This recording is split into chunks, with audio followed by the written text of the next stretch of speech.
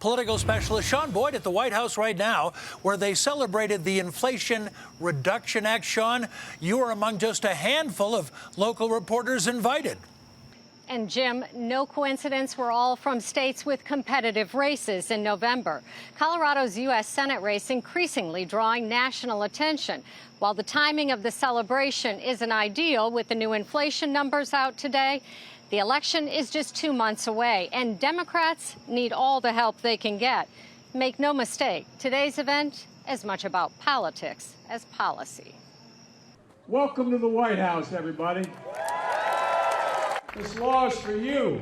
The law may be for everyone, but this celebration especially for voters in states like Colorado. Voters worried about the economy and climate change and wondering if Democrats like Senator Michael Bennet are doing enough to help. Bennet among the 5,000 guests at the event.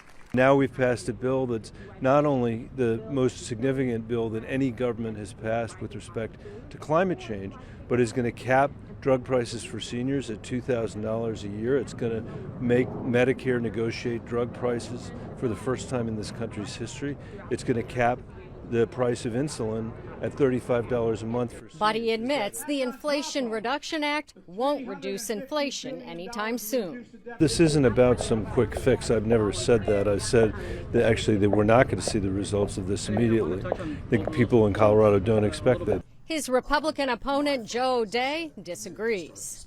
Michael Bennet and Joe Biden, they own this inflation. It was caused by the $1.9 trillion that they dumped into the market here a year ago, March.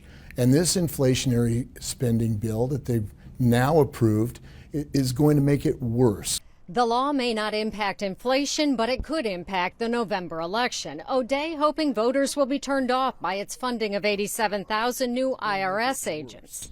87,000 IRS agents shaking down working Americans here in Colorado that make under 200 grand. That's going to make this worse. Bennet focused on the law's historic investment in clean energy. Before we passed this bill, our policy, or our lack of policy, was inflationary, was lousy for our national security and our energy independence and our economic independence, and was terrible at driving emissions down. While one law won't decide a race, clearly Democrats believe it will play into a race that could decide control of the U.S. Senate.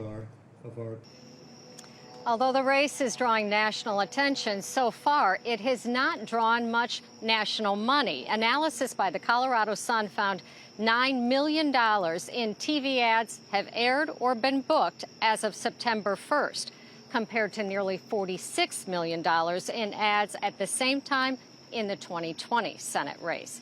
Outside spending, typically an indication of how competitive a race is. If the numbers don't change, O'Dea is likely in trouble.